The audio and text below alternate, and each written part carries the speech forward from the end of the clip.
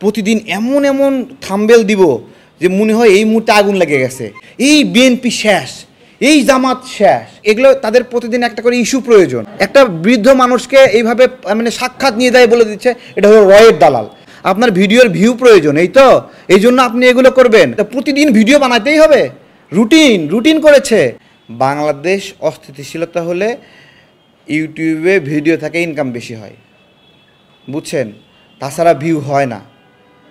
এবং এটা একটা বিষয়, দেখেন প্রতিদিন এমন এমন থাম্বেল দিব যে মনে হয় এই মুহূর্তে আগুন লেগে গেছে, বুঝছেন?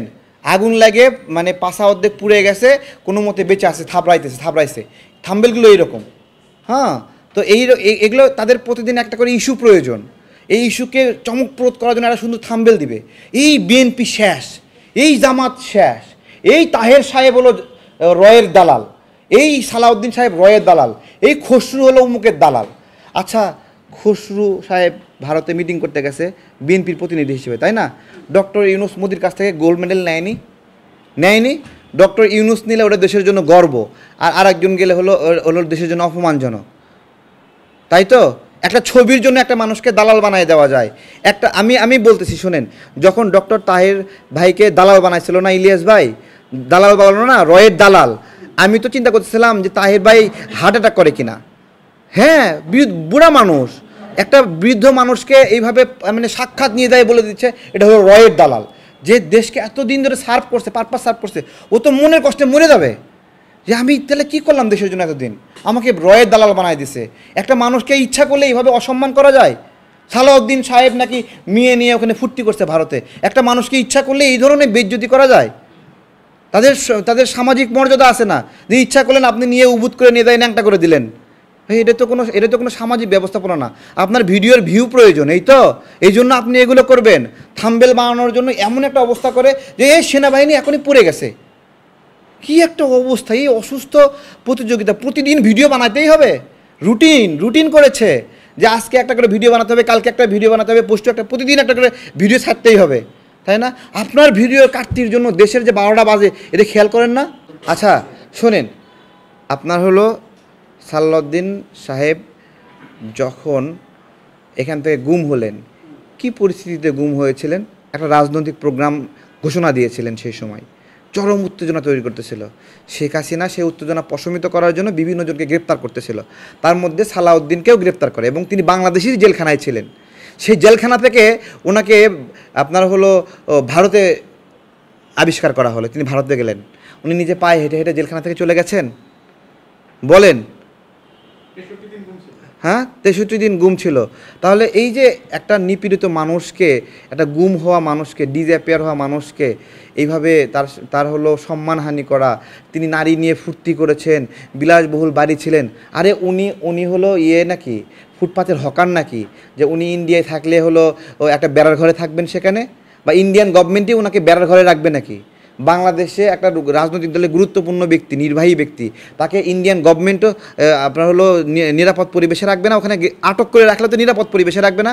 বেগম জিয়াকে গ্রেপ্তার করলেও তাকে নির্দিষ্ট জায়গায় নিরাপদে রাখছে না, তাকে অন্যান্য বন্দীদের সঙ্গে মিলাই রাখছে নাকি? না, রাখছে না। বেগম জিয়াকে আলাদাভাবে রাখছে না। তা এটা একটা, এই ধরনের রাজবন্দি যারা, তাদেরকে কী ধরনের মর্যাদাগত, কী ধরনের নিরাপত্তা দিতে হবে? সালাউদ্দিন সাহেব যদি এমনি নিজের মতো করে একটা বাসায় গিয়ে ভাড়া নিয়ে থাকতেন, ওই করতো কেউ, কোনো গুপ্ত ঘাতক, তাহলে ইন্ডিয়ান গভর্নমেন্টের দোষ হতো না? এই সহজ বিষয়গুলো এমনভাবে রসালো গল্পভাবে মানুষকে অসম্মান করতেছে। এত বড় অসম্মান মানুষ তো স্ট্রোক করতে পারে ভাই। যারা দেশের কষ্ট করতেছে, জেল জুলুম নির্যাতনে হচ্ছে, আজকে উনি গুম হয়ে গেছে, ওনাকে বলতেছে ও নাটক করছে। ঠিক আছে, গুম হওয়া মানুষের দলিল থাকে না, ওইভাবে ডকুমেন্টেড হয় না গুম হওয়া মানুষগুলো।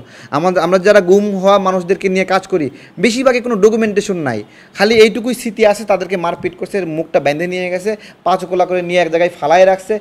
এই স্মৃতিগুলোই আমাদের সামনে আছে। আমাকে নিয়ে গিয়ে ডাস্টবিনে গুলশান গোদারাঘাটে ফেলে রাখছিল, এইটুকুই মনে আছে। খুব ভালো করে সব কিছু বলতে পারি না। এই যে আজমি সাহেব নাকি আজমি সাহেব গুম হয়েছিলেন, একটা গামছা দেখাইছেন, সেই গামছা নিয়ে সবাই ট্রোল করতেছে। ঠিক আছে, হ্যাঁ, ওনার গামছাটা হয়তো বা পরিষ্কার আছে, ট্রোল করতেছে, তার মানে কি উনি গুম হননি? ওটা নিয়ে যখন ট্রোল করতেছে, উনি যখন যে সময় নিপীড়িত হয়েছিলেন, সেই সময়ের মানসিক অবস্থার সঙ্গে ওনার কি যায়? ওনাকে যদি দীর্ঘ 5 বছর জেলখানায় রেখে বাকি 3 বছর যদি এসি রুমেও রাখে, মানে ডিজিএফআই যদি এসি রুমেও রাখে, তারপরেও কিন্তু উনি গুম হয়েছিলেন, ফ্যামিলির সঙ্গে তো মিশতে পারেন নাই, পরিবারের সঙ্গে তো আসতে পারেন নাই, বাইরের পরিবেশ থেকে তো বন্দি অবস্থায় ছিলেন। এই যে গুম হওয়া মানুষদেরকে নিয়ে যারা এই একটা গুম হওয়া পর্যায়ে তারা নিপীড়নের শিকার হয়েছেন, এখন এসে কিছু ইউটিউবার দ্বারা নিপীড়নের শিকার হচ্ছেন, এগুলো গুম হওয়ার চেয়েও বেশি বড় নিপীড়ন। মানুষকে যখন সামাজিকভাবে হেই করা হয়, একটা ডিজেপেয়ার হওয়া মানুষকে এইভাবে হ্যারাসমেন্ট করা হচ্ছে, তাকে বলা হচ্ছে নারী নিয়ে ঘুমাইছে, নারী নিয়ে শুয়াইছে, বিলাসবহুল বাড়িতে ঘুমাইছে। আরে ভাই, সে কি একটা চাকর নাকি? সে বাংলাদেশের রাজনীতির একটা ফোকাসড একটা ব্যক্তি।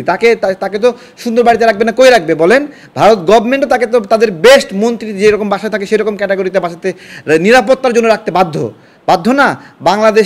বাংলাদেশের ক্ষেত্রেও, বাংলাদেশে যদি ভারতের কোনো অতিথি এখানে আশ্রয় নেয়, যদিও বাংলাদেশে এই ধরনের পরিবেশ কখনো নাই, ঠিক আছে, বিভিন্ন দেশে যে বিভিন্ন রাজনৈতিক ব্যক্তি যারা আশ্রয় নেয় তাদের ক্ষেত্রে ওই প্রোটোকল মেনটেন করে না, তাদের ওইটা তাদেরকে ওই সার্ভিসটা ওখানে দেয় না।